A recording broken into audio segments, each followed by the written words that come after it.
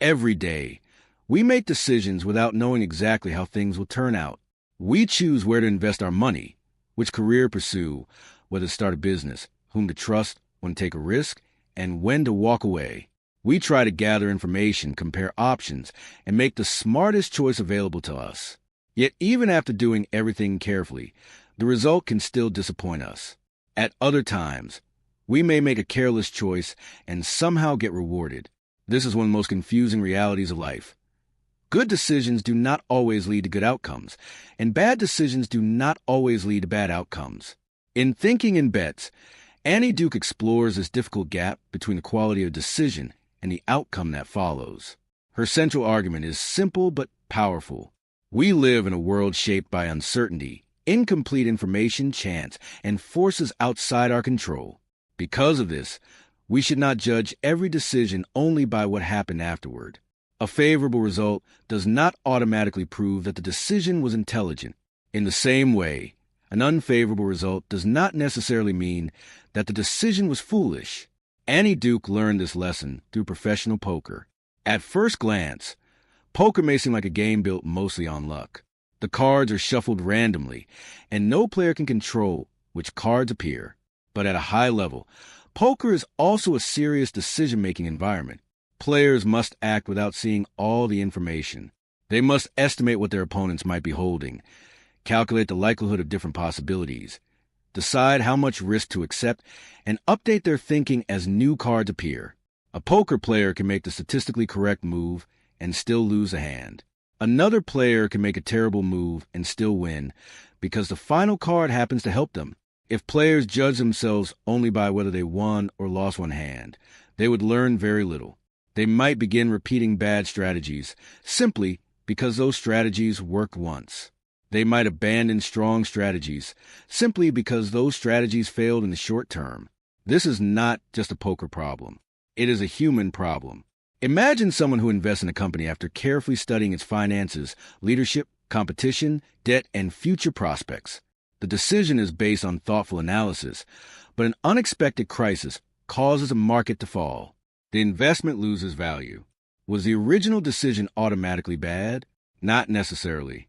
Now imagine another person who invests in a company after seeing a random post online.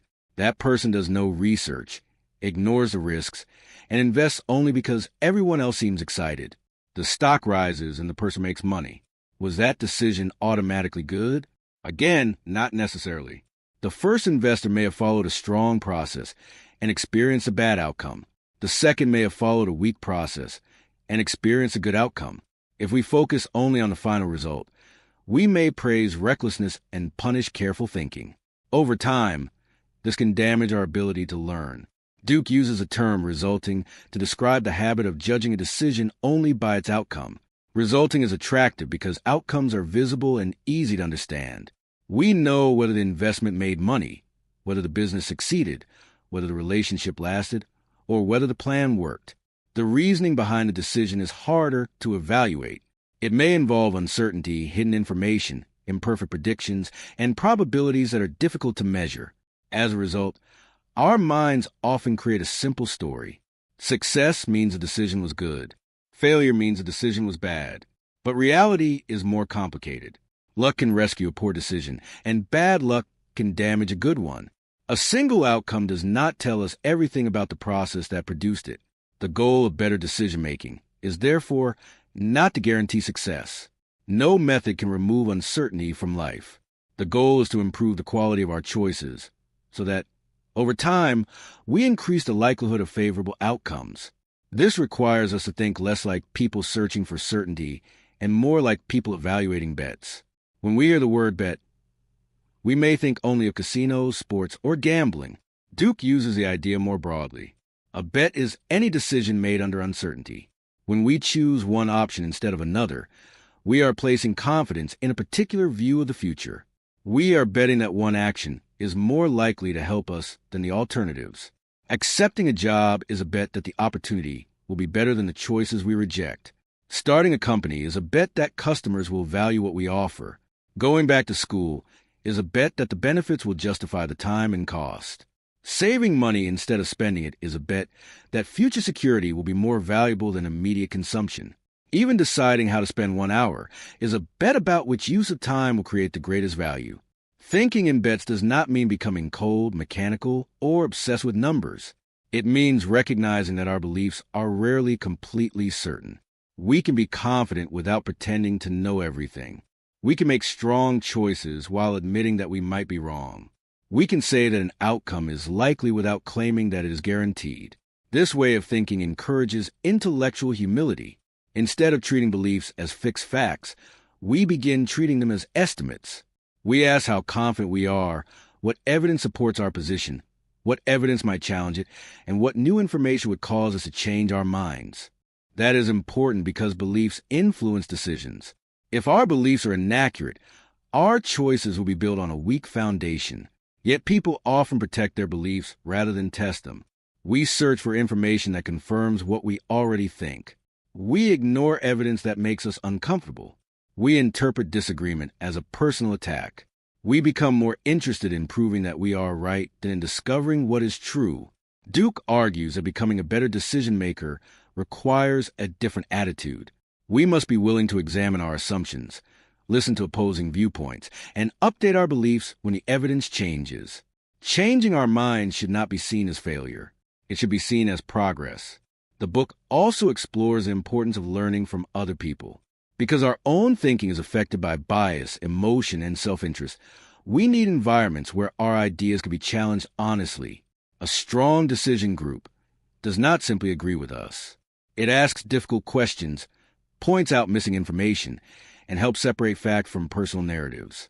This is especially valuable in business, investing, leadership, and personal finance. Important decisions often involve pressure, fear, hope, and overconfidence.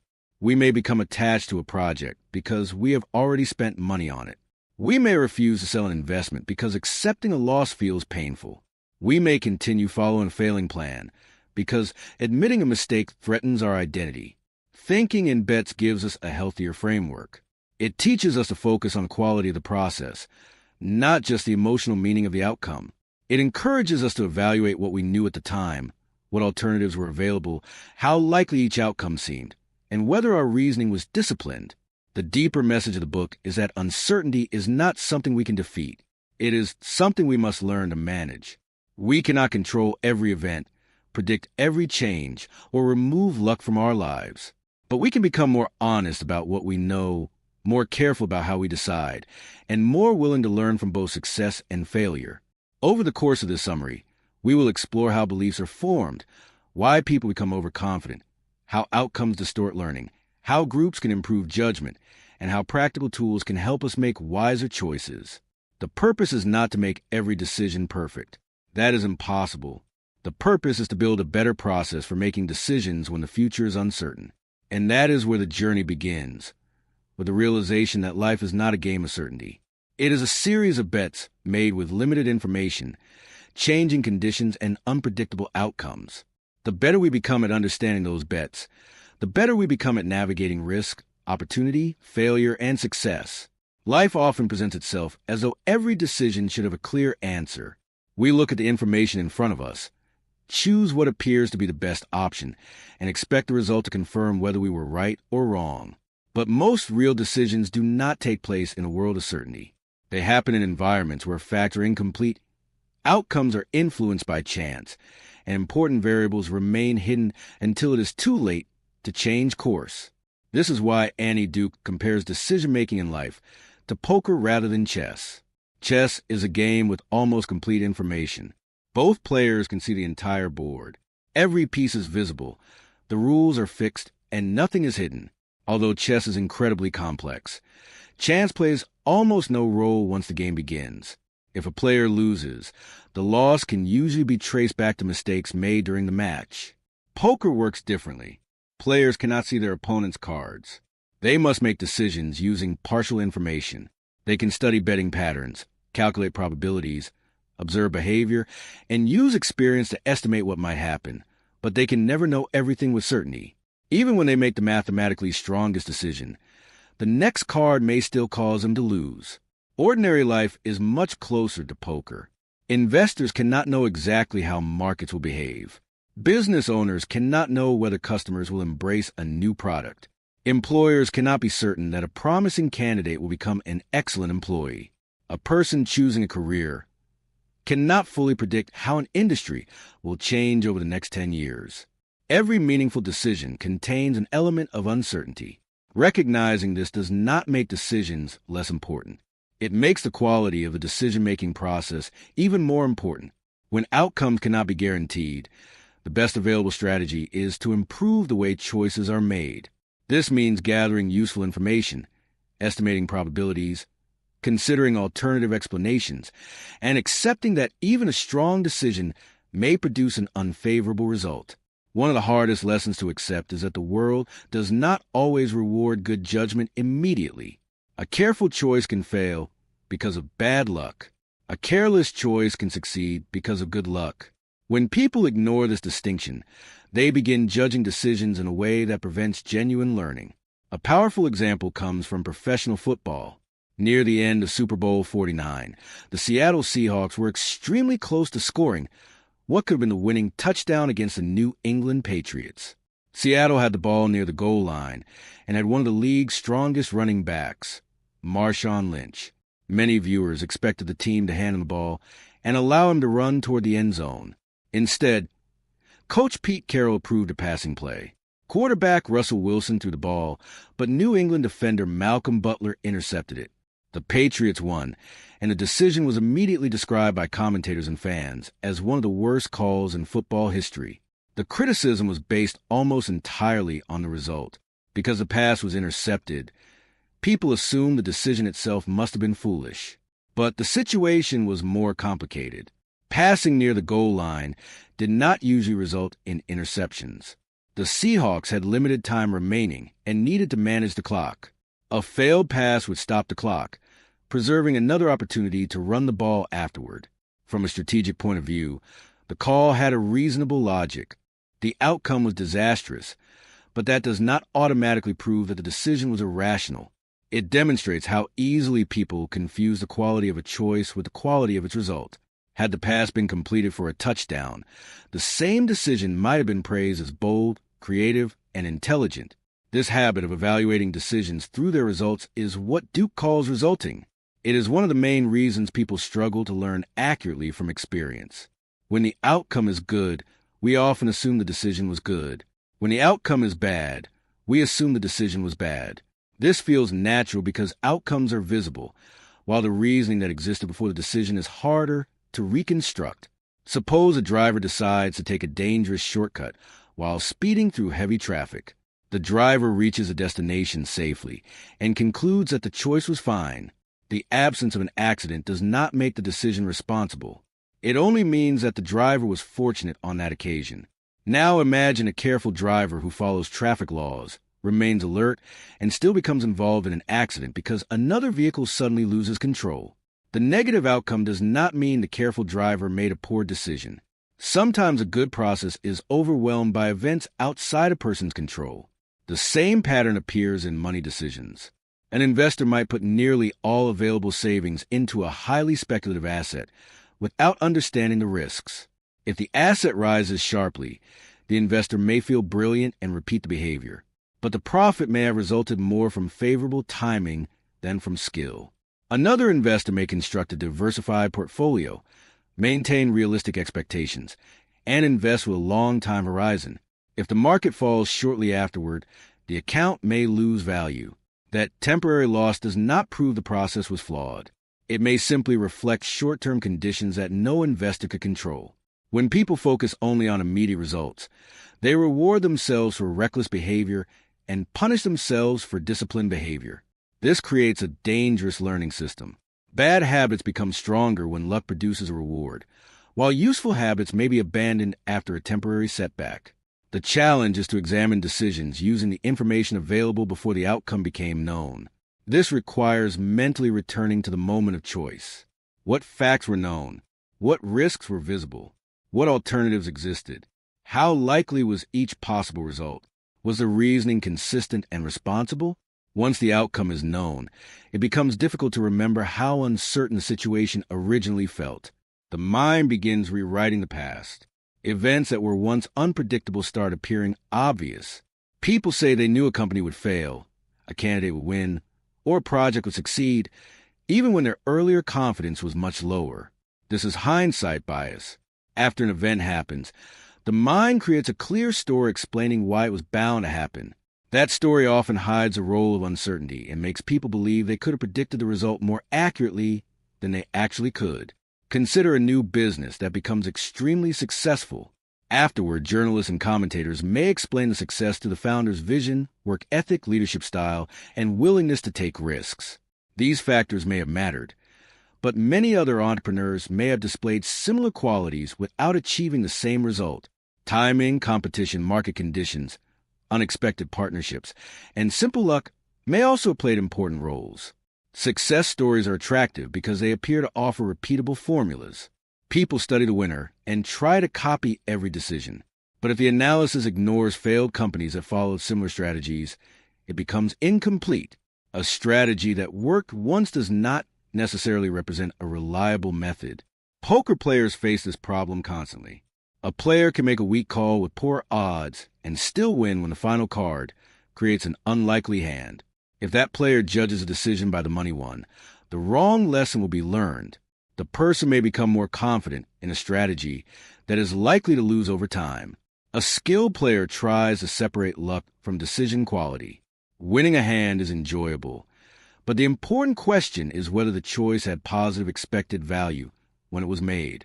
Losing a hand is painful, but the loss does not automatically demand a change in strategy.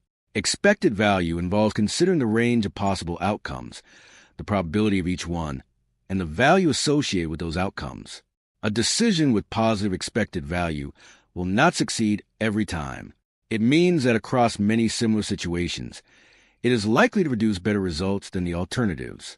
This long-term view is essential because individual results contain noise. One outcome may be heavily influenced by chance.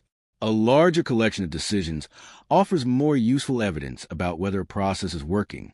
A business may run one advertising campaign that performs badly even though the research, targeting, and creative strategy were sound.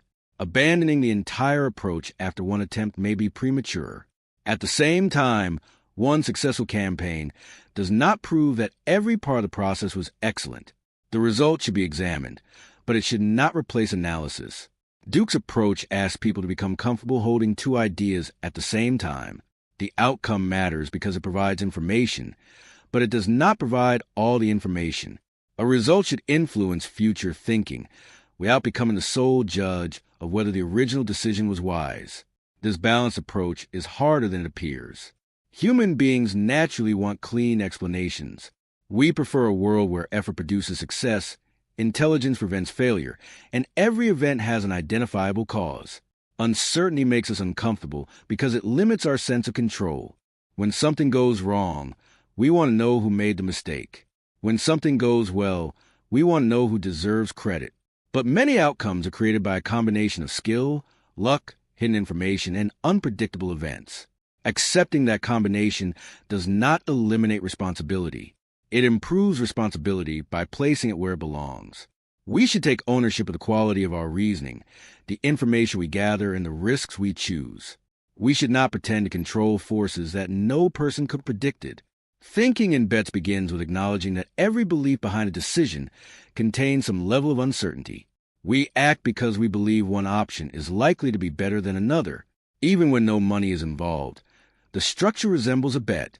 We are investing time, effort, reputation, opportunity, or emotional energy in one view of the future.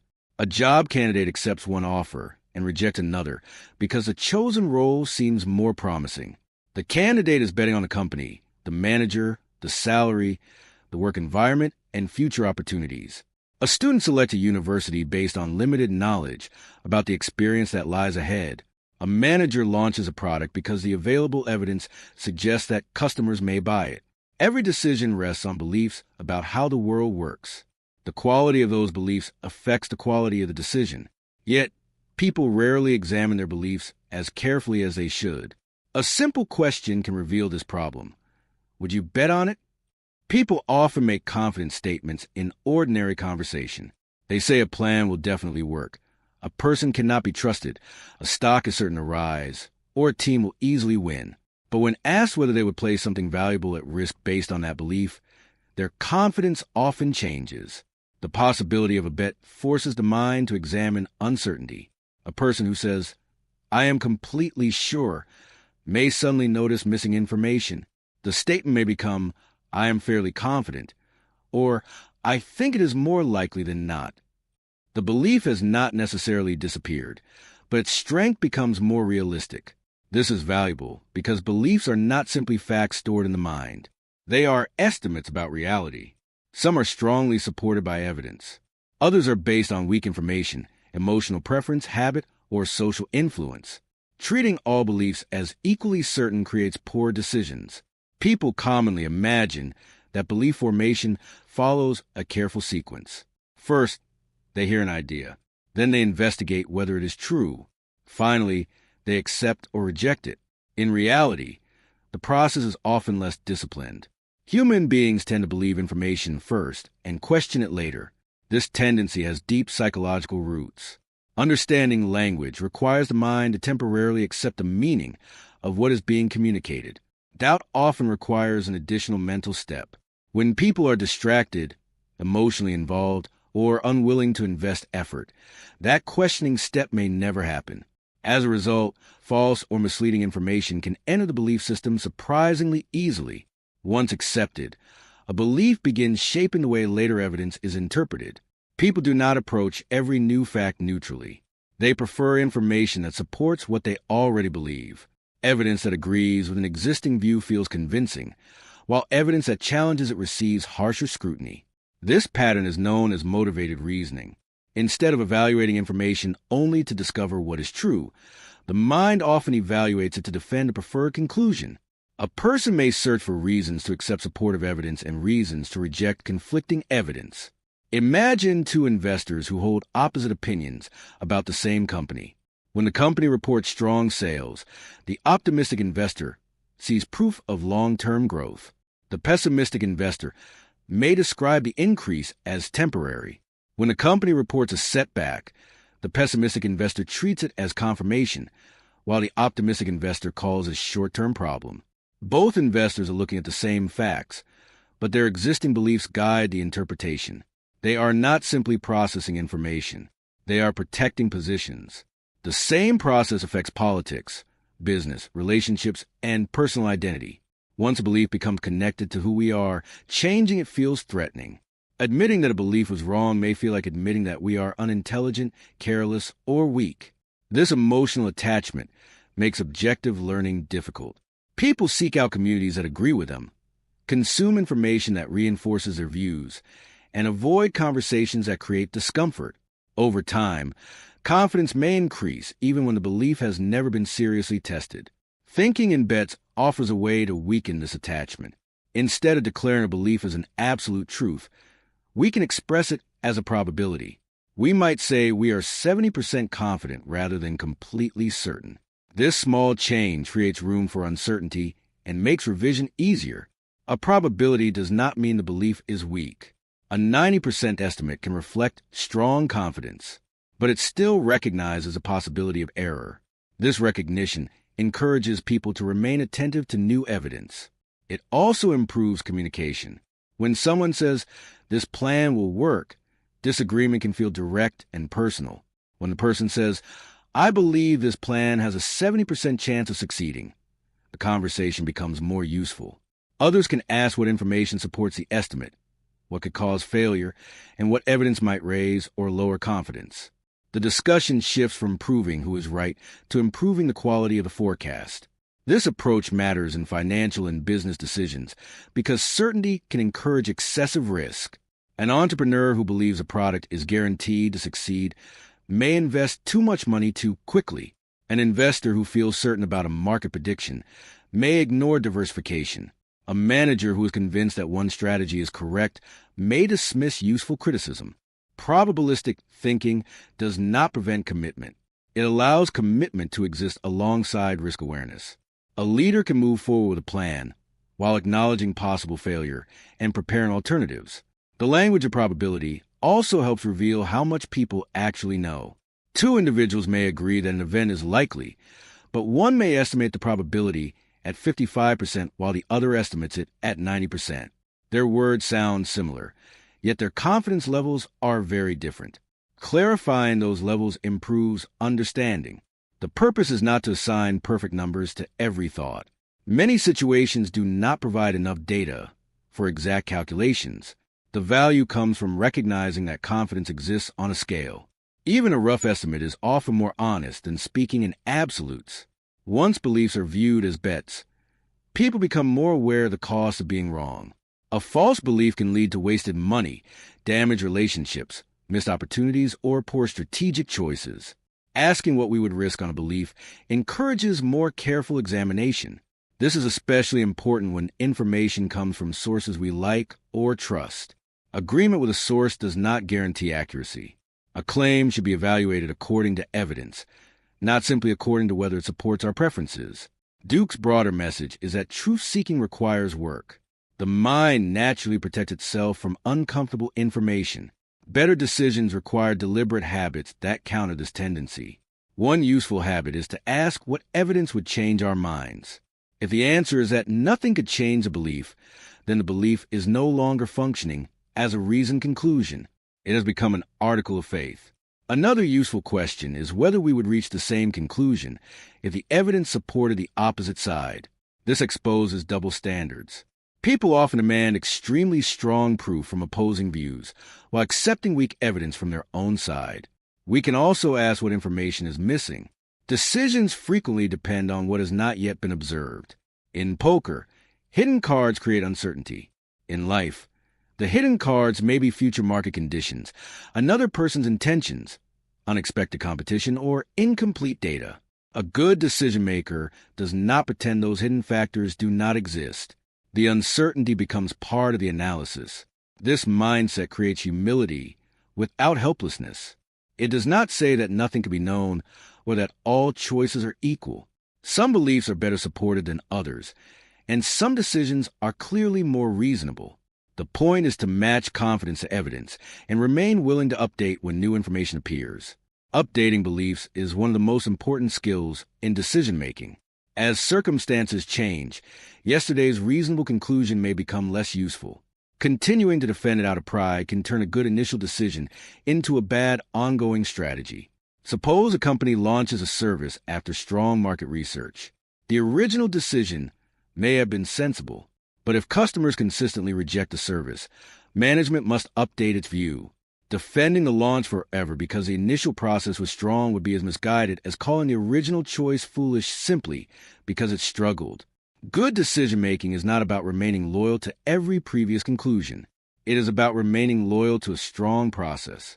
The same principle applies to personal finance. A spending plan, investment strategy, or career path may make sense under one set of conditions. A change in income, family responsibilities, health, or the economy may require adjustment. Updating does not mean the earlier decision was necessarily wrong. It means the information has changed. By separating identity from beliefs, people become freer to adapt. Instead of saying, I am the kind of person who believes this, they can say, based on what I currently know, this is my best estimate. The second statement leaves room for learning. This is a foundation of thinking in bets. Decisions emerge from beliefs. Beliefs are formed under uncertainty, and outcomes contain a mixture of skill and luck. Better judgment requires us to examine all three carefully. We must avoid treating a lucky success as proof of wisdom. We must avoid treating an unlucky failure as proof of incompetence. We must challenge the beliefs that guide our choices and reduce confidence when evidence is weak. We must become willing to revise our thinking without feeling that revision is a personal defeat. The goal is not to eliminate uncertainty. That cannot be done. The goal is to make uncertainty visible, included in our reasoning, and prevent it from distorting the lessons we take from experience.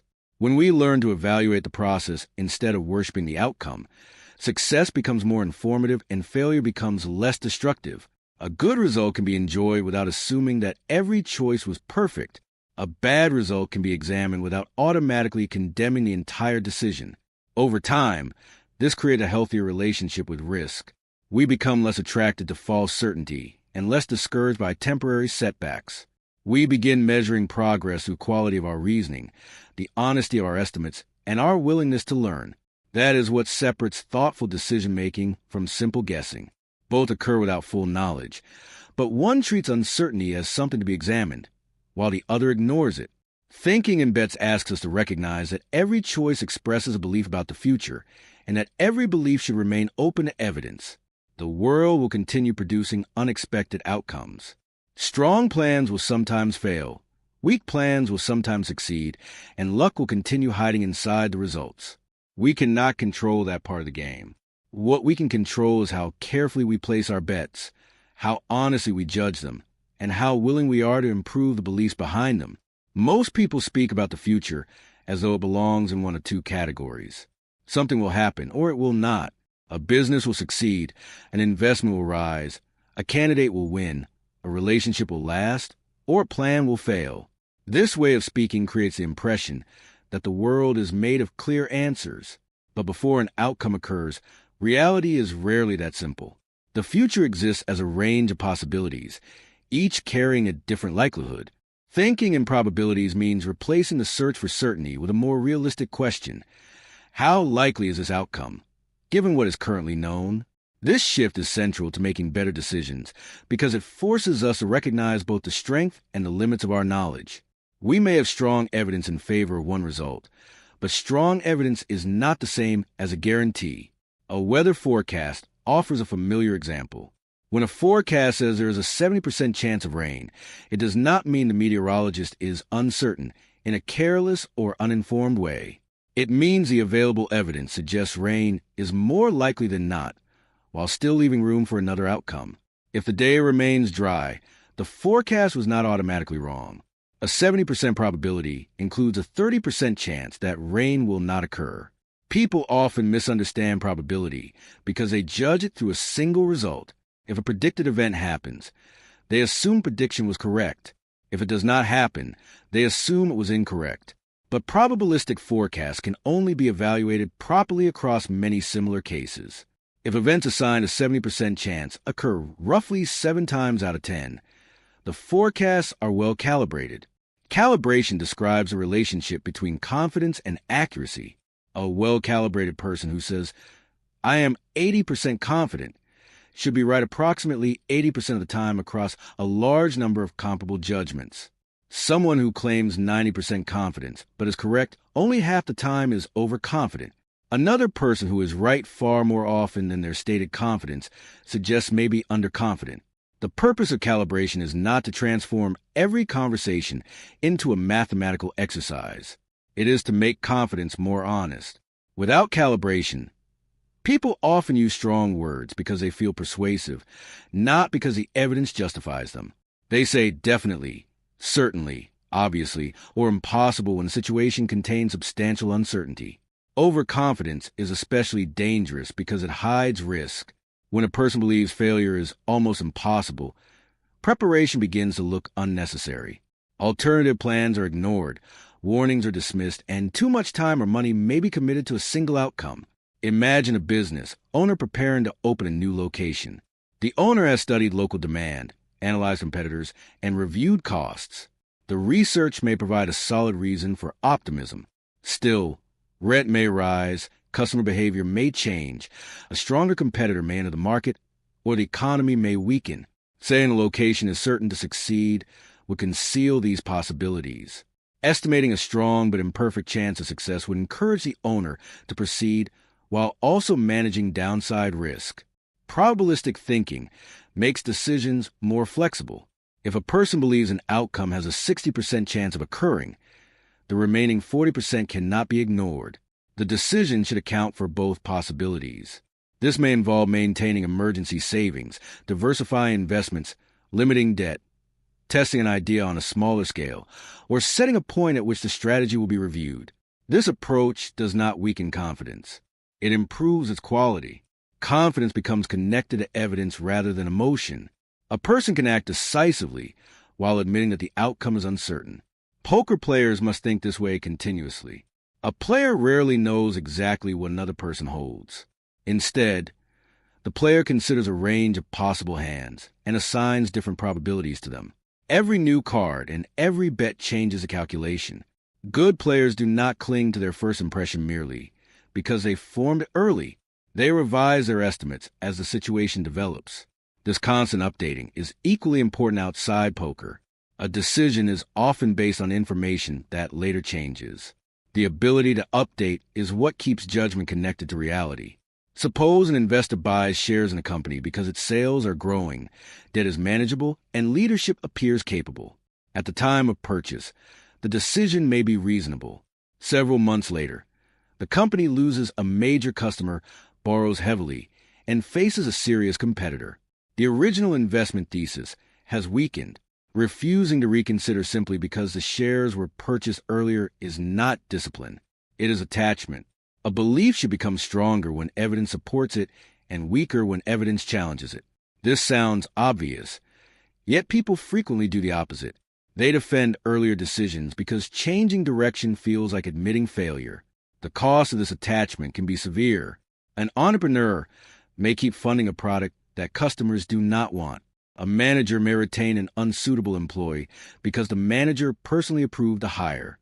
An investor may hold a declining asset because selling would turn a paper loss into a visible one. A person may continue along an unsatisfying career path because too much time has already been invested. Past investment should not determine the value of a future decision. The relevant question is not how much has already been spent, but whether continuing from this point offers the best use of additional time, money, or effort.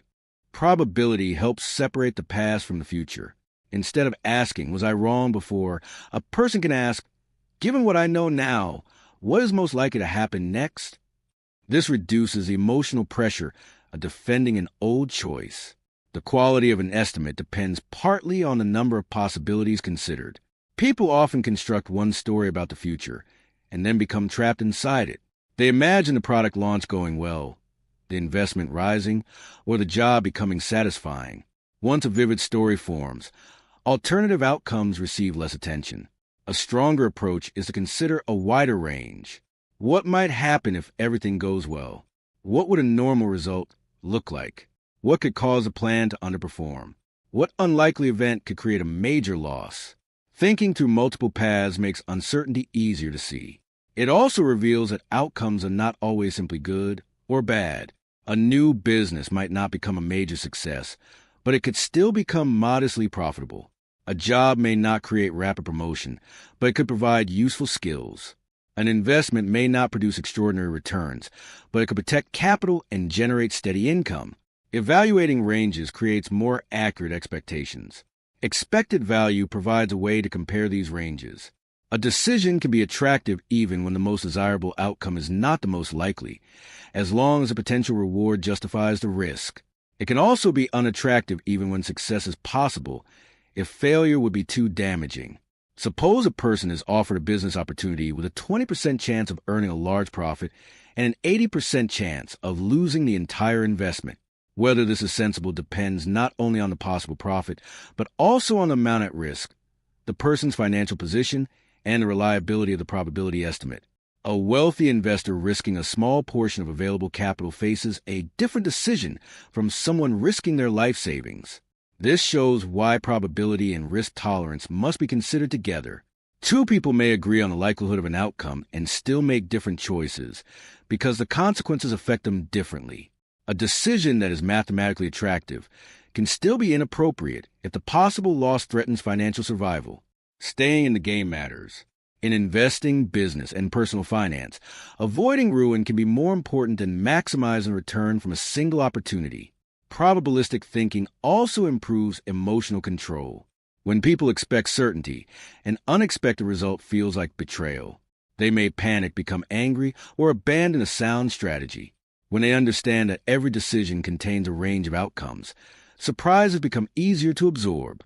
An investor who accepts that markets can fall even when the long-term strategy is reasonable is less likely to sell impulsively during a decline. A business owner who anticipates that some product will fail can study the failure without treating it as proof of personal incompetence. A job seeker who understands that even a strong interview may not produce an offer can continue the search without assuming the process is hopeless. This does not remove disappointment. It places disappointment in a more realistic framework. Thinking in probabilities also changes the way people handle disagreement. Two individuals can examine the same evidence and assign different likelihoods to the same outcome. One may believe a new project has a 65% chance of succeeding, while another estimates 45%. Instead of arguing about who is absolutely right, they can compare the assumptions behind their estimates. Perhaps one person expects customer demand to grow quickly, while the other believes competitors will respond aggressively.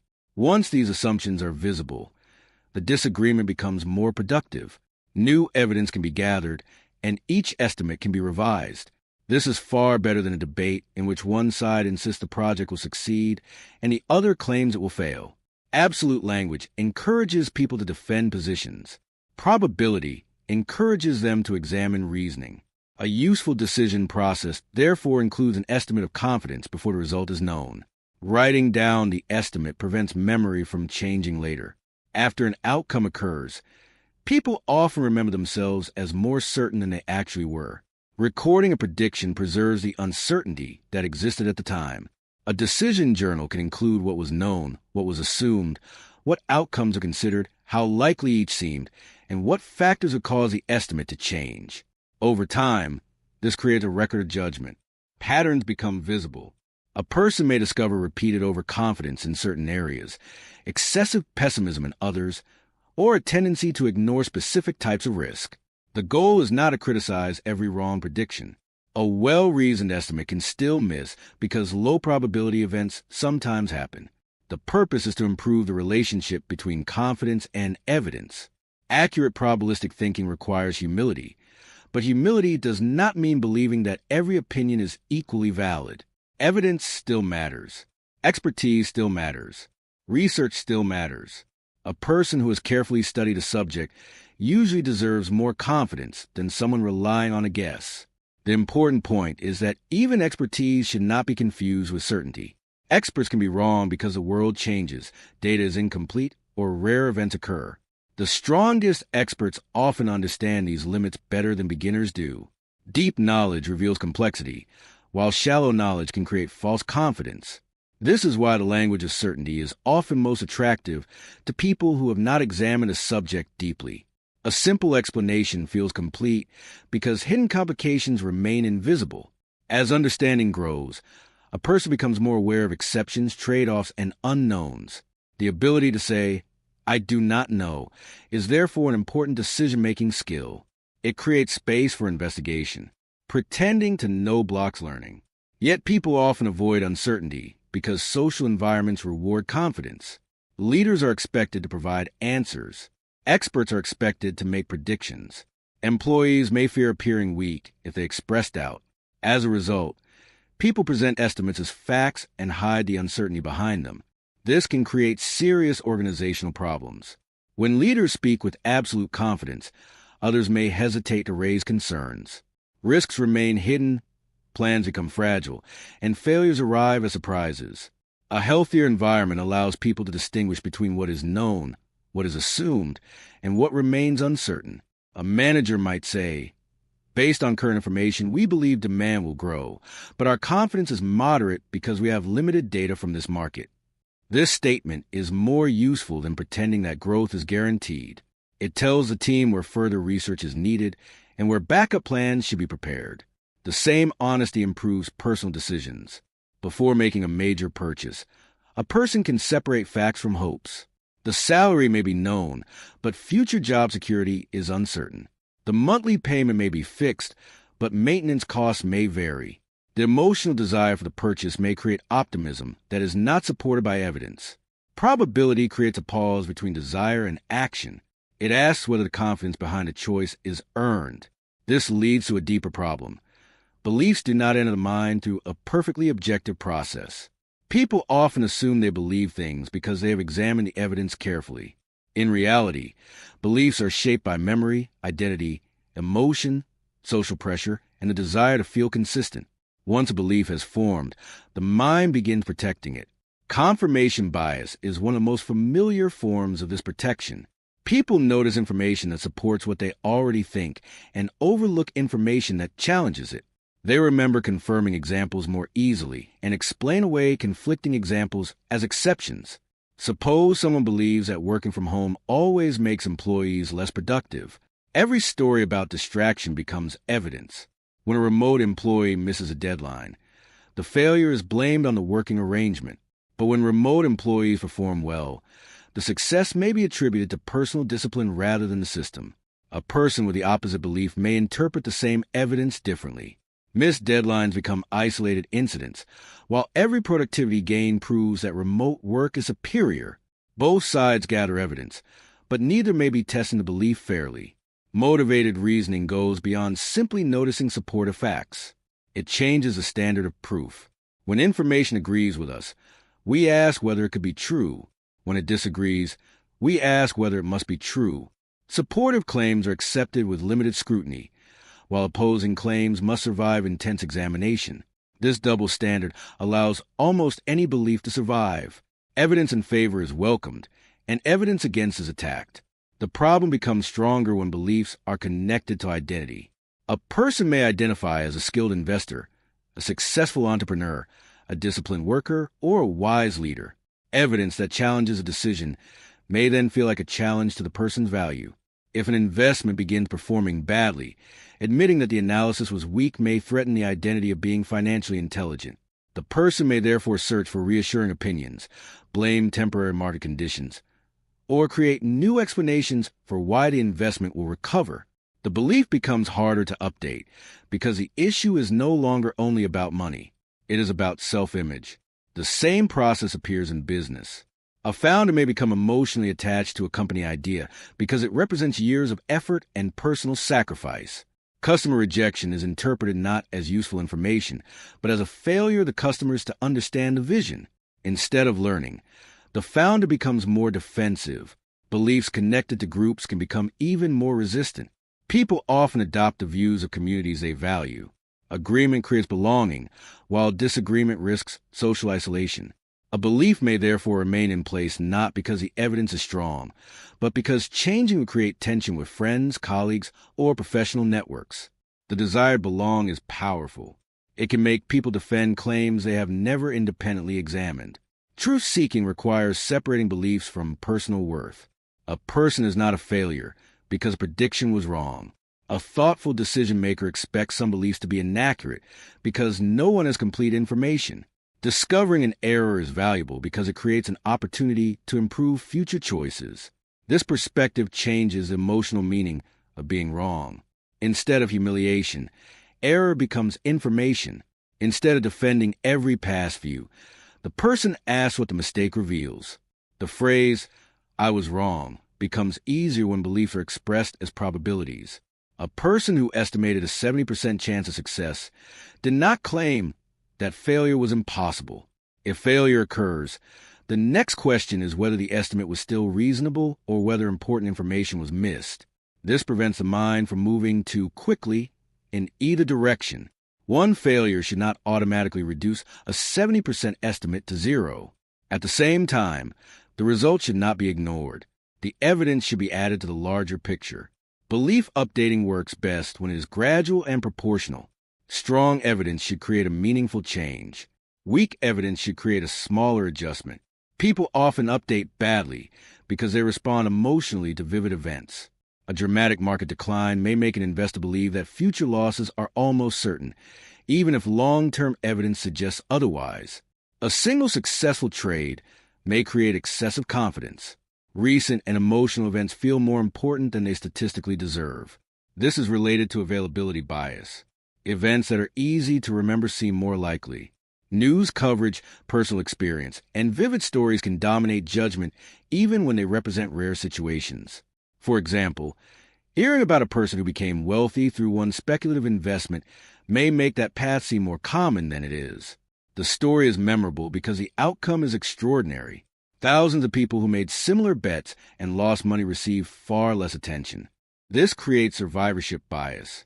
We study the visible winners while ignoring the many unsuccessful cases that disappeared from view. The result is a distorted understanding of what produces success.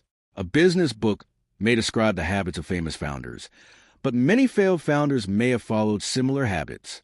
Working long hours, taking risks, or ignoring critics may appear to explain success when viewed only through winners, without examining unsuccessful examples. It is difficult to know which qualities truly mattered. The same caution applies to financial advice.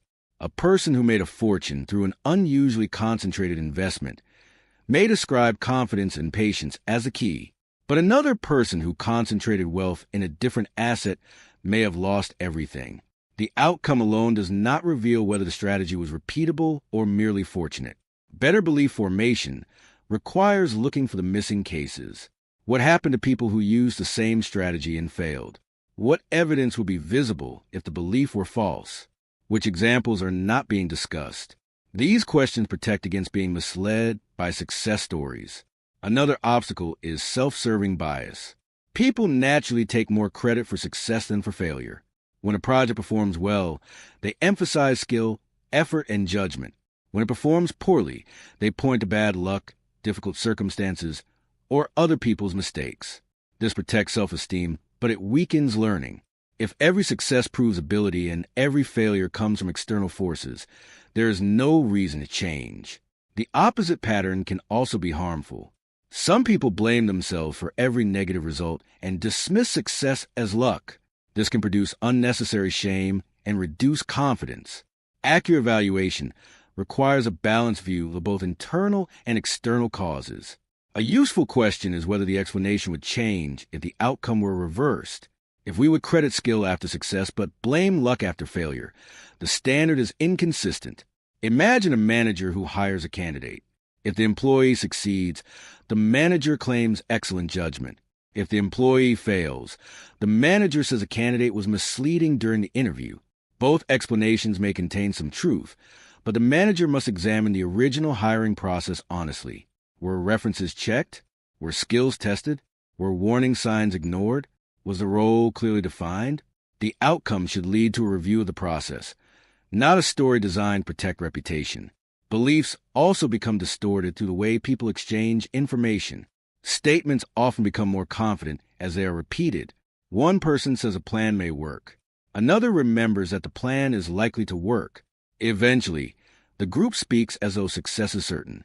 Sources are frequently forgotten while claims remain. A rumor may become familiar, and familiarity itself begins to feel like evidence. Repetition increases comfort, and comfort is mistaken for truth. This is why source quality matters. Before accepting a claim, we should ask where it came from, whether the source is relevant expertise, whether incentives may influence the information, and whether independent evidence supports it. In business and finance, incentives are especially important. A person selling an investment, course, product, or service may genuinely believe in it, but that person also benefits from persuasion.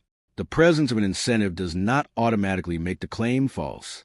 It means the claim should be evaluated carefully. Intellectual honesty requires applying the same scrutiny to information we want to believe. This is difficult because hopeful claims create emotional rewards. A promise of quick profit, easy success, or guaranteed improvement feels attractive.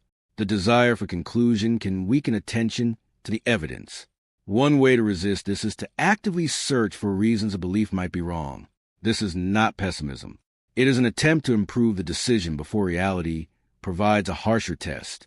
An investor considering a company can ask what would cause revenue to fall, what risks management may be underestimating, and what competitors could threaten the business. An entrepreneur can ask why customers might reject a product.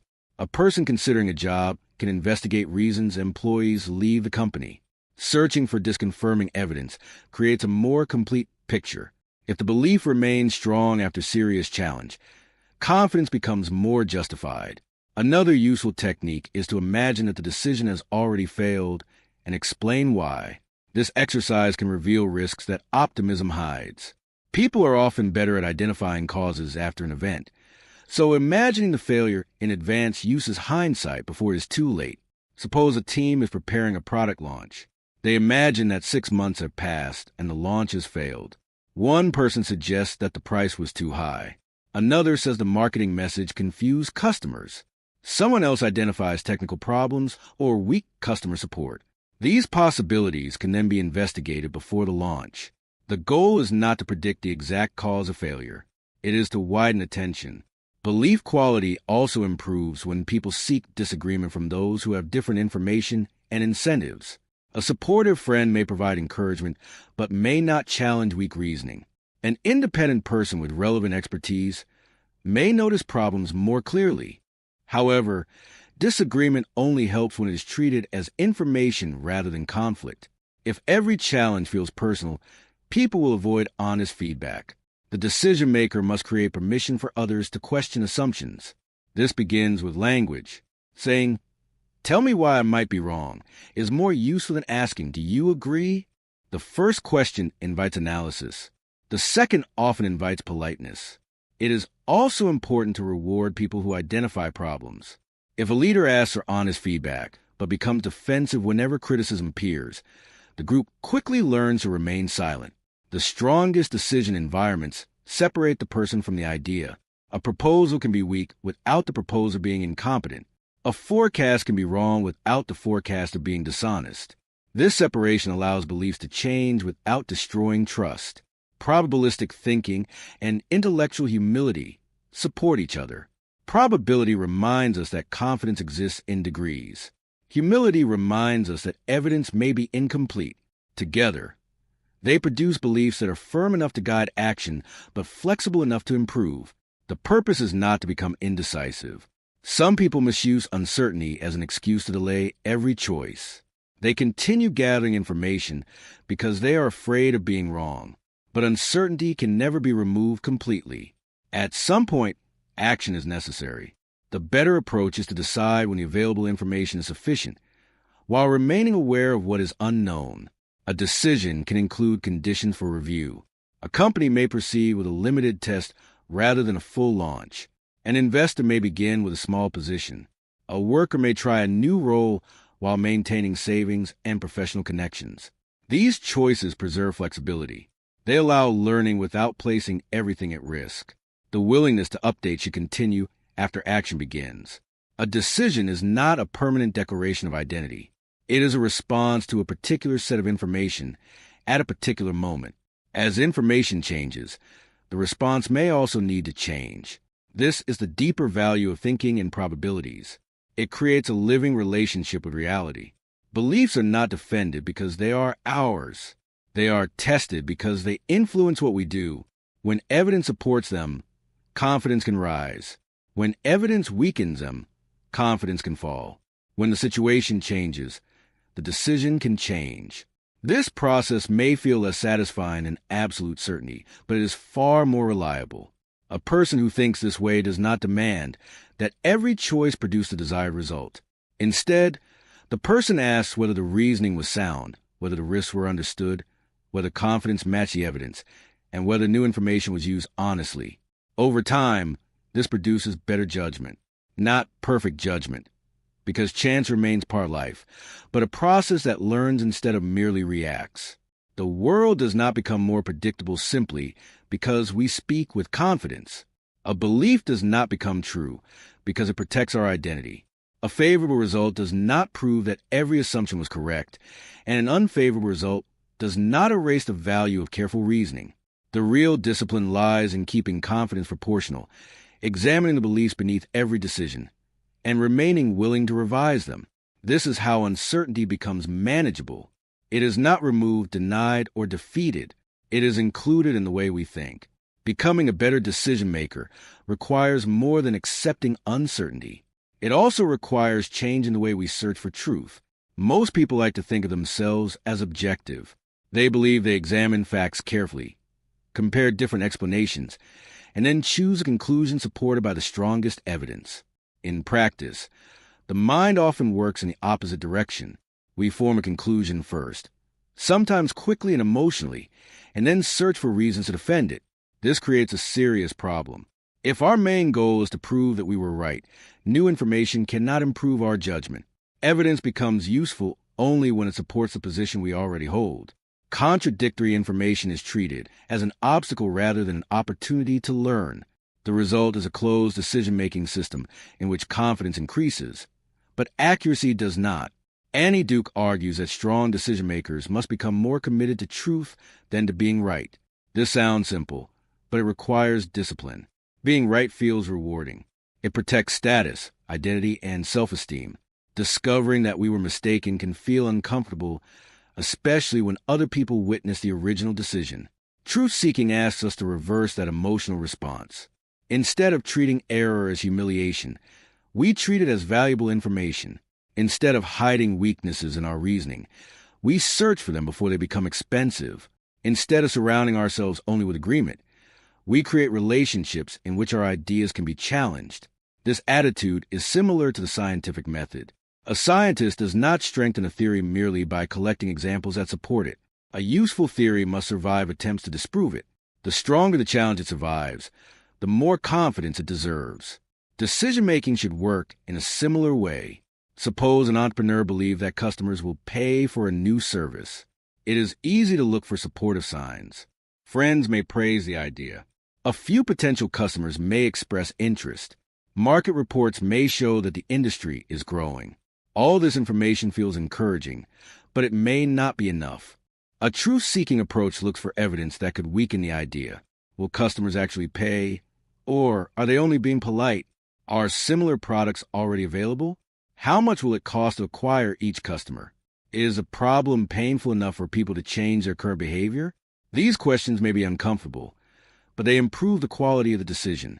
The entrepreneur who searches only for encouragement may launch with confidence and discover the weaknesses after spending substantial money. The entrepreneur who tests the idea honestly may discover the same weaknesses earlier when they are cheaper to address. The purpose of skepticism is not to kill every idea. It is to distinguish strong ideas from attractive stories. A proposal that survives serious questioning becomes more credible. A proposal that collapses under basic examination was not protected by avoiding criticism. Its weakness was only hidden. Truth-seeking also means becoming aware of the difference between disagreement and disrespect. People often react defensively because they interpret criticism of an idea as criticism of their intelligence. If someone questions a business plan, investment thesis, or personal belief, it may feel as though they are questioning the person who created it. This emotional connection makes useful conversation difficult. The person defending the idea stops listening and begins preparing a response. The goal shifts from examining the issue to winning the argument. A healthier approach separates the individual from the belief. Beliefs are temporary models of reality. They can be improved, replaced, or abandoned without reducing the worth of the person who held them. A wrong prediction does not make someone foolish. Refusing to learn from a wrong prediction is far more damaging. Language can support this separation. Rather than saying you are wrong, someone might ask, what evidence supports that estimate? Instead of saying that plan makes no sense, the person might ask, what assumptions would need to be true for this plan to work? These questions direct attention toward reasoning rather than identity. They make disagreement less threatening and more useful. The way we request feedback also matters. Asking, "What do you think?" often produces vague or polite responses. Asking, "What is the strongest reason this plan might fail?"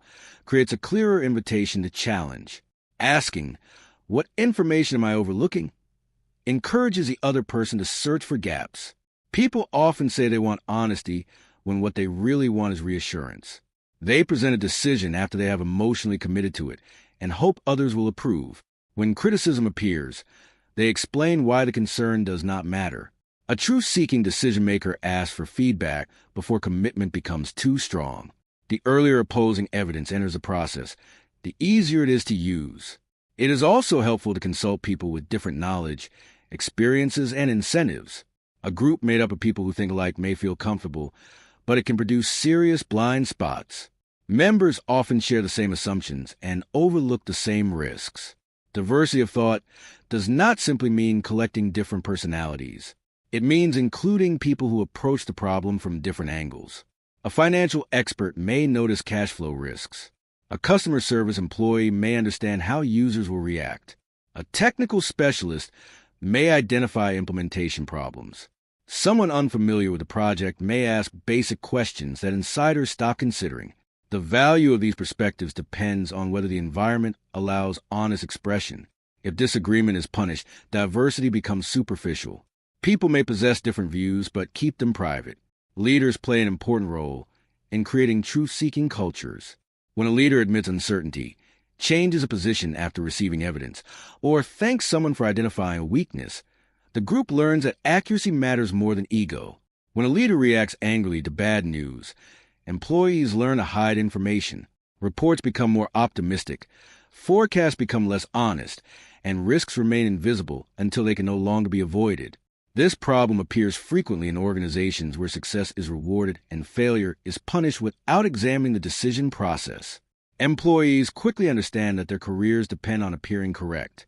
They avoid experiments that might fail, exaggerate confidence, and distance themselves from negative outcomes. A truth-seeking culture evaluates how decisions were made. It asks whether assumptions were reasonable, whether risks were communicated, and whether the team responded appropriately to new evidence. This allows people to report problems earlier and learn more quickly.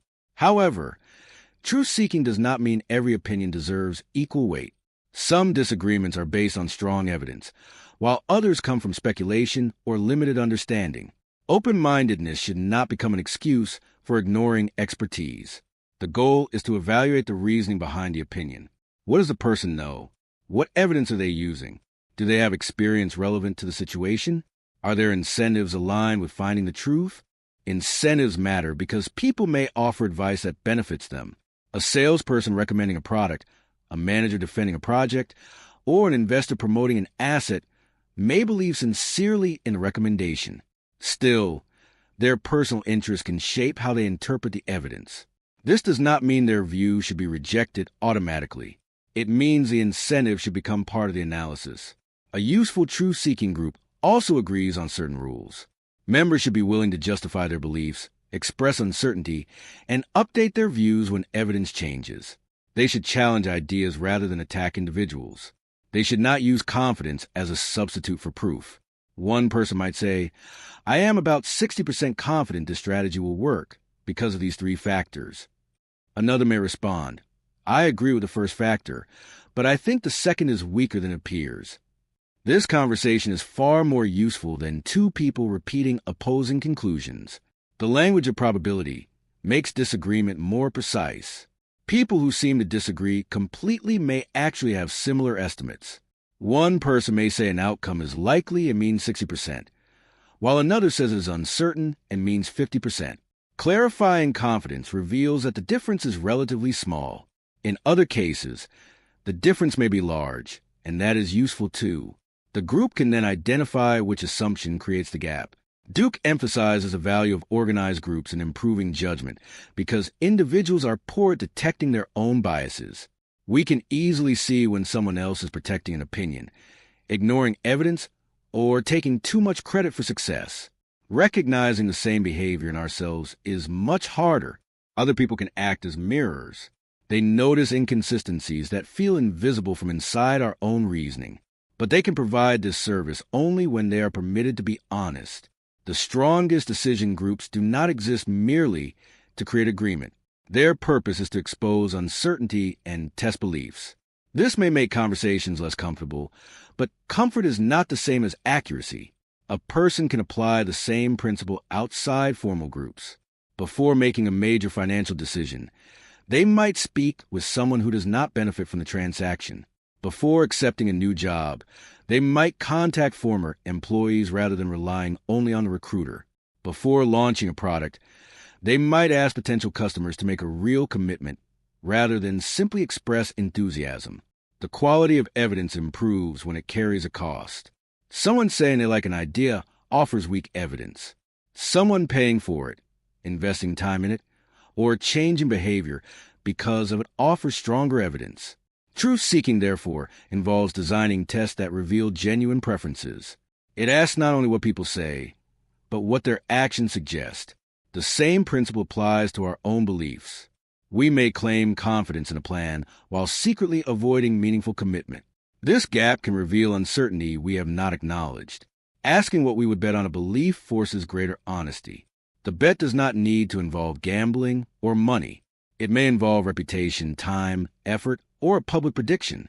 Once a consequence is attached, Vague confidence becomes more specific. This is one reason predictions should be recorded before outcomes are known. Memory is unreliable, especially when self-image is involved. After an event, people unconsciously adjust what they remember believing. If the outcome is successful, they may remember feeling certain. If it fails, they may remember having doubts. Written records preserve the original reasoning and make later evaluation more accurate. This leads to one of the most practical lessons in the book. Experience alone does not guarantee improvement. People often say that they have learned through years of experience, but experience teaches only when it is examined correctly. A person can repeat the same weak process for 20 years and call it expertise. Another can improve rapidly by reviewing decisions honestly, identifying mistakes, and updating future behavior. Learning depends on the quality of the feedback loop. A feedback loop connects a decision with its consequences and uses that information to guide the next decision. When the connection is clear, learning is easier. When outcomes are delayed, noisy, or influenced by luck, learning becomes difficult. Poker provides relatively fast feedback. A player makes a decision, sees the cards, and discovers a result. Even there, the lesson can be misunderstood because a good move may lose. In business, investing, and careers, the feedback is often slower and more complicated. A company may make a strategic decision whose effects unfold over several years. An investment may decline temporarily and recover later. A hiring decision may appear successful during the first few months, but create problems afterward. Because causes and outcomes are separated by time, people may connect the wrong events. A decision journal helps solve this problem. Before acting, the decision maker records the available facts, important assumptions, expected outcomes, estimated probabilities, and reasons for choosing one option over another. The journal may also include conditions that would indicate the original reasoning is weakening. For an investment, these might include rising debt or declining sales. For a business project, they could include poor customer retention or costs exceeding a certain level. Later, the record can be compared with what actually happened. The goal is not simply to determine whether the outcome was good. It is to identify whether reasoning was accurate, where it was weak, and what information was missing. Without a written record, hindsight changes the story. The final result feels obvious, and the mind forgets the alternatives that once seemed possible. A journal restores the uncertainty of the original moment. Suppose a manager approves a new product because customer research appears promising. The launch fails. Looking only at the outcome may lead the company to conclude that the idea was foolish. The journal may reveal that the research was reasonable, but production delays cause the product to reach the market after a competitor. In that case, the lesson concerns execution and timing, not necessarily the original customer insight. Alternatively, the journal might show that the manager relied on enthusiastic comments from a small group while ignoring low willingness to pay. The lesson would then concern the quality of the research. These distinctions matter. If the wrong cause is identified, the organization may fix the wrong problem. Decision reviews should therefore separate the elements that were under control from those that were not. Preparation, analysis, communication, and risk management may be controllable. Market shocks, sudden regulation, or unpredictable behavior from competitors may not be. The existence of luck does not excuse poor planning. It prevents people from claiming that planning controls everything. One method for improving reviews is to evaluate the decision before revealing the outcome. If a group knows whether the project succeeded, that knowledge influences its judgment. Members will naturally search for reasons that make the result appear predictable. Instead, someone can present the situation as it appeared at the time, including the facts and alternatives, while temporarily hiding what happened next. The group evaluates the process without being influenced by the ending. This approach reveals whether the decision was reasonable based on the information available. Afterward, the outcome can be introduced and examined separately. Another useful practice is to compare the actual outcome with the full range of predicted possibilities. A plan may succeed, but perhaps success occurred for a reason no one expected. The team should not assume that the original analysis was accurate simply because the final result was positive. Imagine a business that launches a product for one customer group, but another group unexpectedly adopts it. Sales are strong, Yet the original market prediction was wrong. Celebrating the revenue is appropriate, but the team should also recognize that luck or unexpected demand played a major role.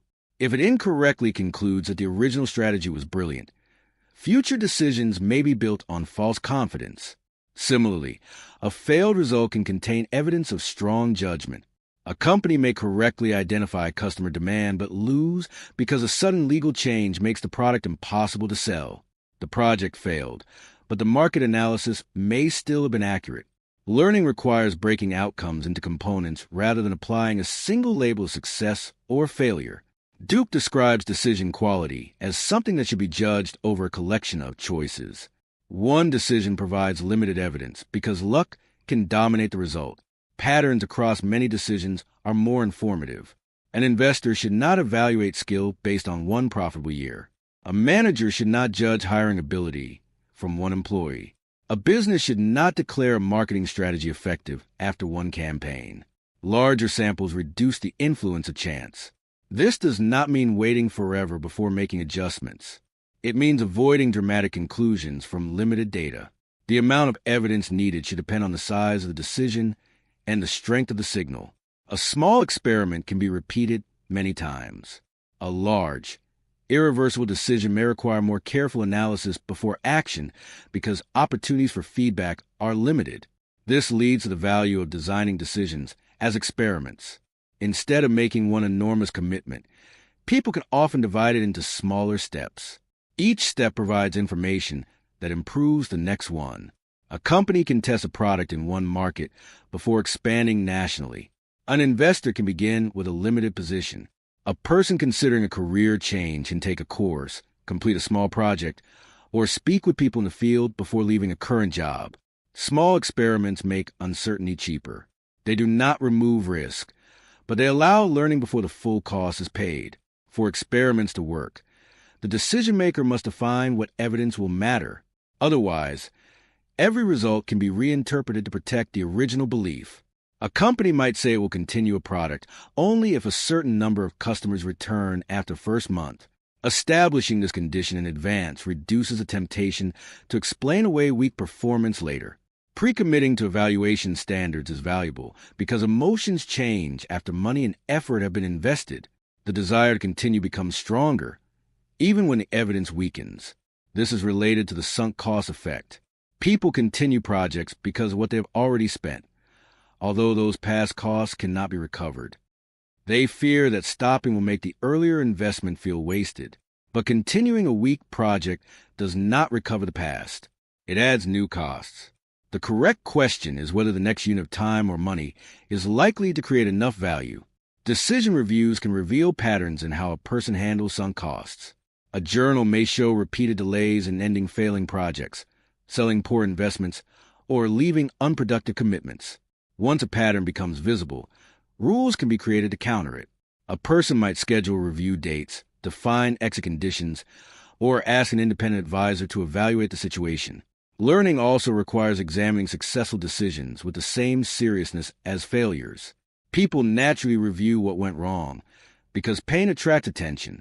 Success often receives less analysis. This is a mistake. A good outcome may contain hidden weaknesses that luck covered. It may also contain useful strengths that should be repeated. After a successful project, the team can ask which assumptions were accurate, which risks were underestimated, what unexpected factors helped, and whether the result is likely to be repeatable. This prevents overconfidence and helps distinguish a strong process from a fortunate event. Failure reviews must also avoid blame. If the purpose is to identify someone to punish, people will hide mistakes and protect themselves. Information becomes distorted. Accountability is still necessary, especially when someone ignored evidence, violated agreed procedures, or concealed risk. But accountability should focus on behavior and process, not simply on the fact that the result was bad. A person who followed a strong process and experienced an unlikely loss should not be treated the same as someone who acted recklessly and was fortunate. Reward systems should reflect this distinction. If organizations reward only outcomes, employees may take hidden risks to produce short-term success. A trader may make dangerous bets that appear profitable until they fail catastrophically. A salesperson may promise customers things a company cannot deliver. A manager may delay necessary costs to make current results look better. When the outcome is rewarded without examining the process, irresponsible behavior can look like talent. A better system considers decision quality, transparency, risk management, and long-term consequences. This encourages people to make choices that are sustainable rather than merely impressive. At the personal level, the same principle improves emotional resilience. When people judge themselves entirely through outcomes, every failure threatens their identity. They may become afraid to take sensible risks because a negative result feels like proof of inadequacy. Separating the decision from the outcome creates a fairer standard. A person can acknowledge disappointment while still recognizing that the choice was thoughtful. They can also enjoy success without assuming they have become incapable of error. This emotional balance supports long-term growth. It reduces the need to defend every decision and makes honest review less painful. The most useful lesson from experience is not always a rule about what to do next. Sometimes a lesson is about how to think. A failed investment may not mean avoiding that industry forever. It may reveal that the investor relied too heavily on one source. A difficult business partnership may not prove that partnerships are bad. It may show that responsibilities were never clearly defined. Good learning stays close to the actual evidence. It avoids broad conclusions that extend beyond what the experience can support. This is particularly important after emotional events. Strong feelings make simple stories attractive. A person who loses money may conclude that investing is dangerous. Someone whose business fails may conclude that entrepreneurship depends entirely on luck. These beliefs may protect against immediate pain, but they can distort future choices. A thoughtful review asks which parts of the experience are general and which were specific to that situation. Learning also improves when decisions are compared with alternatives, not just with expectations. A choice may produce an imperfect result and still be better than the available options. Someone may leave a stable job for a new opportunity that turns out to be disappointing. It is easy to imagine that staying would produce a better life, but that alternative future is unknown. The old company might have downsized, the role might have remained unsatisfying, or another problem could have emerged. Counterfactual thinking can be useful, but it must remain probabilistic. We cannot know exactly what would have happened under the path not taken. This prevents regret from creating false certainty. People often compare the real difficulties of the chosen path with an idealized version of the rejected path. The comparison is unfair because only one side includes actual problems. Decision quality should be evaluated using the options and information that existed at the time, not an imaginary perfect alternative created afterward. Over many decisions, truth-seeking and disciplined review reinforce each other. Truth-seeking improves the information used before a choice. Review improves the lessons taken after it. Together, they create a cycle of better judgment. The person begins by expressing beliefs honestly, testing assumptions, and inviting disagreement. After acting, they record outcomes, separate skill from luck, and update future estimates. Each cycle produces slightly better calibration. This does not create perfect foresight. The future remains uncertain. The benefit appears in the quality of repeated choices. A person who improves a process may still experience painful losses, but over time, they become less likely to repeat preventable mistakes, more likely to recognize changing conditions, and better prepared for results they cannot control. The deeper lesson is that learning requires a willingness to see reality without protecting the ego. We must be able to say that a successful decision contained luck, that a failed decision may still have been reasonable, and that a belief we once defended no longer deserves the same confidence. Better decisions rarely come from thinking alone. Annie Duke emphasizes that our judgment improves when we discuss important choices with people who are willing to challenge us honestly. The difficulty is that many groups are not designed to search for truth. They are designed to protect relationships, maintain agreement, or support the strongest personality in the room. When this happens, people may appear united while important doubts remain hidden. A useful decision group does not exist merely to confirm what its members already believe. Its purpose is to test assumptions, expose blind spots, and improve the quality of everyone's thinking. For this to work, members must be able to disagree without turning the discussion into a personal conflict. The focus should remain on the evidence, the reasoning, and the uncertainty surrounding the decision. People often avoid disagreement because they fear appearing negative or disloyal. An employee may notice a serious weakness in a project, but remain silent because the manager is enthusiastic. A business partner may question a financial assumption, but avoid raising the issue because everyone else appears confident. This creates false consensus. The group looks more certain than it truly is because doubts are never expressed. Strong decision environments make room for those doubts. Members are encouraged to explain not only what they believe, but how confident they are and what evidence supports their position. They may also be asked what information would change their minds. This prevents beliefs from becoming fixed identities and keeps the conversation connected to reality. It is especially useful to include people who approach the same problem from different perspectives. Someone focused on growth may notice opportunities, while someone focused on risk may identify dangers. A person with technical knowledge may recognize implementation problems, while someone close to customers may understand how the market will respond. The combination creates a fuller picture than any one viewpoint can provide. However, disagreement becomes useful only when it is sincere and disciplined. Constant opposition for its own sake does not improve decisions. The strongest challenge is specific. It identifies which assumption may be weak, which evidence may be missing, or which outcome has not been considered. Productive disagreement makes the decision clearer, rather than simply making the conversation louder. These principles can be applied to nearly every part of ordinary life. In personal finance, people often make decisions under emotional pressure. They may feel fear during a market decline, excitement during a period of rising prices, or urgency when presented with limited time opportunity. Probabilistic thinking creates distance from those emotions.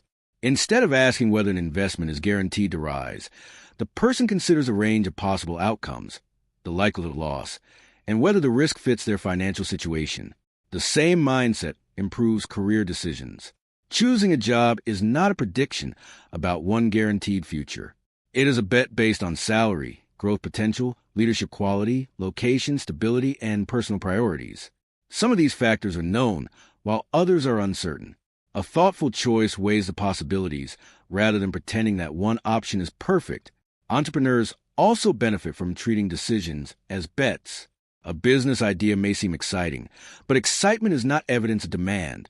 Rather than investing everything immediately, the entrepreneur can test the idea, observe customer behavior, and update the plan. Small experiments reduce the cost of being wrong and create information that improves the next decision.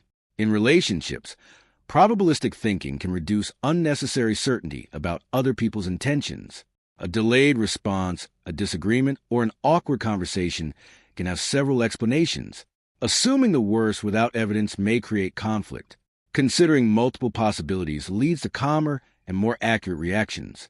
This way of thinking does not mean becoming detached or suspicious.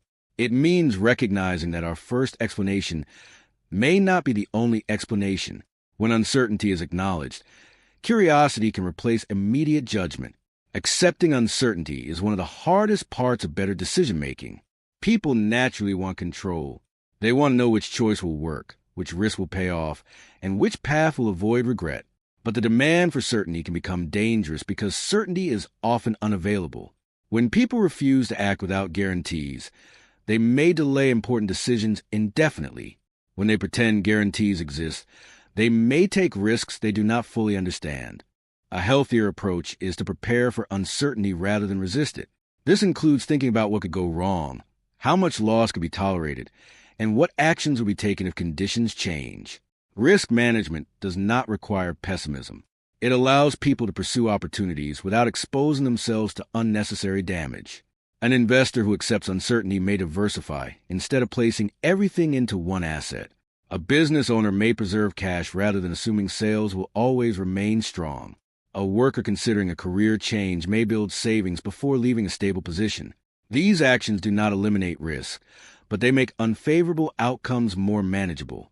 Uncertainty also becomes easier to tolerate when people judge themselves by the quality of their process rather than by one result. A thoughtful decision can still fail. When that happens, the person can review the reasoning, identify what was missed, and continue without treating the outcome as proof of personal failure. This creates resilience. Resilience is not the belief that everything will work out exactly as planned. It is a confidence that unexpected outcomes can be faced, examined, and used as information. The deeper purpose of thinking in bets is not to turn life into a series of cold calculations. It is to create a more honest relationship with the future. We make choices without complete information, but we do not have to make them blindly. We can estimate possibilities, seek disagreement, limit avoidable risks, and revise our beliefs as new evidence appears. Over time, this approach improves far more than individual decisions. It changes how people respond to success, failure, uncertainty, and disagreement. Success becomes something to study rather than proof of perfection. Failure becomes something to learn from rather than proof of incompetence. Disagreement becomes a tool rather than a threat. Uncertainty becomes conditioned to manage rather than an enemy to defeat. That is how better judgment develops, not through perfect predictions, but through stronger conversations, more realistic expectations, and a discipline to keep learning while the outcome is still unknown. Becoming a better decision maker does not require predicting the future perfectly. It requires building a process that remains useful when the future is unclear. Annie Duke's central message is that better decisions come from disciplined thinking, honest uncertainty, and a willingness to learn. The goal is not to win every time. The goal is to make choices that are more likely to produce good results across many situations. A strong decision process begins before action is taken. Instead of immediately choosing the option that feels most attractive, we should pause and identify what we actually know. Facts, assumptions, expectations, and emotions should not be treated as though they're the same thing. A fact may be supported by reliable evidence. An assumption may be reasonable but still uncertain. An expectation is only a prediction, and an emotion may influence judgment without providing useful information. Separating these elements makes thinking clearer. An entrepreneur may know the cost of producing a product, but customer demand remains uncertain. An investor may know a company's current earnings, but future growth is only an estimate. A person considering a new job may know the salary, but the future work environment cannot be guaranteed. Better decisions begin when these differences are made visible. The next step is to consider more than one possible future. People often focus on the outcome they hope to achieve and neglect everything else. A better process examines a range of possibilities. What is the best realistic result? What is the most likely result? What could go wrong? How serious would the downside be? What signs would show that the original plan is no longer working? These questions reduce the influence of wishful thinking. They also help create practical responses before pressure appears. If a business owner decides in advance how much money can be lost on a test, it becomes easier to stop when that limit is reached. If an investor defines a reason for buying an asset, it becomes easier to reconsider when those reasons change.